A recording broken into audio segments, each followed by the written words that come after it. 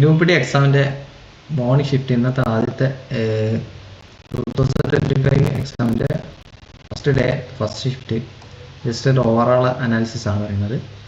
അപ്പം ഏകദേശം moderate hard എന്നൊരു ലെവലുണ്ട്. പിന്നെ GK എന്ന് പറയുന്നത് പൂർണ്ണമായിട്ടും കറണ്ട് അഫയേഴ്സ് തന്നെയായിരുന്നു. അത് കഴിഞ്ഞ വർഷം, അതായത് 2024 എക്സാം നോക്കിയാലും 2024 ഈ ഗ്രൂപ്പ് ഡി എക്സാമിലും ഈ GK 20 മാർക്ക് GKയും പൂർണ്ണമായിട്ടും കറണ്ട് അഫയേഴ്സ് ആയിരുന്നു. സോ സെയിം ട്രെൻഡ് വീണ്ടും ആവർത്തിച്ചു. ഇത് ഏകദേശം ഇതുമായി ബന്ധപ്പെട്ട ഈ ടോപ്പിക്സുമായിട്ട് ബന്ധപ്പെട്ട ക്വസ്റ്റ്യൻസ് ഒക്കെ ചോദിച്ചിട്ടുണ്ട്. മെയിനായിട്ട് നമുക്ക് സ്റ്റേറ്റ് ഇലക്ഷൻസ് നോക്കാം. അപ്പോൾ മെയിനായിട്ട് കോൺസെൻട്രേറ്റ് ചെയ്യാനുള്ള സ്റ്റേറ്റ് ഇലക്ഷന് കഴിഞ്ഞിട്ടുള്ള 3 സ്റ്റേറ്റ്സിൽ നടന്നിട്ടുള്ള ഇലക്ഷൻസ്, പിന്നെ സ്പോർട്സ് മെയിനായിട്ട് ഫിഫ വേൾഡ് കപ്പ്, ഇനി മറ്റ് സ്പോർട്സുമായിട്ട് ബന്ധപ്പെട്ടുള്ള മറ്റുള്ളതൊക്കെ, പിന്നെ അവാർഡ്സ് ഒക്കെ. അപ്പോൾ ഇതിൽ പത്മ ഫിലിം അമേരിക്കൻ അവാർഡ് ചോദിച്ചിട്ടുണ്ട്. പിന്നെ മെയിൻ ഒരു 6 months കറണ്ട് അഫയേഴ്സ് ആയിരിക്കും ചോദിക്കാൻ കൂടുതൽ ചാൻസ് ആയിരുന്നു. ബഡ്ജറ്റ് ക്വസ്റ്റ്യൻ വന്നിട്ടുണ്ട്.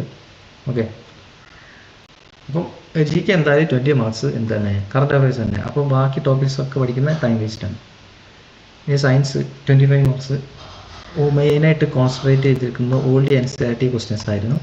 അതിൽ കെമിക്കൽ റിയാക്ഷൻ വന്നിട്ടുണ്ട്, മോളിക്കുലർ മാസ്, പിന്നെ കൈനറ്റിക് എനർജി. അപ്പോൾ ഇന്നത്തെ ആദ്യത്തെ ഷിഫ്റ്റ് വന്നിട്ടുള്ള ഈ മാത്സ് ഈ ആൻസർ മെയിനായിട്ട് പറയുന്നത് ഈ അസറ്റ് ലോക്കോപൈറ്റിൻ്റെ CBT 2 എക്സാമിൻ്റെ ആ ലെവലാണെന്നാണ് ഒരു ഓവറോൾ അനാലിസിസ് വെച്ച് പറയാം. അപ്പോൾ അതിൽ ട്രിഗണോമെട്രി 2 മാർക്സിൻ്റെ മെൻസുറേഷനും പെർസെൻറ്റേജ് ഓഫ് 2 മാർക്സിൽ വന്നിട്ടുണ്ട്.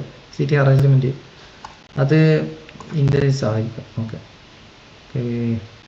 ഏകദേശം ഇതിൽ ഓവറോൾ പറയുമ്പോൾ ഓൾഡ് NCERTയും 6 മാസത്തെ കറണ്ട് അഫയേഴ്സും പിന്നെ കൺസെപ്റ്റ് ബേസ്ഡ് ആയിട്ടുള്ള ഒരു പ്രാക്ടീസ് നോക്കിയാൽ പക്ഷെ നല്ല ഒരു മാർക്ക് സ്കോർ ചെയ്യാൻ പറ്റും. ഇനി വരാൻ പോകുന്ന ട്രെൻഡും ഇതുപോലെ മെയിനായിട്ട് വരാൻ പോകുന്ന ട്രെൻഡ്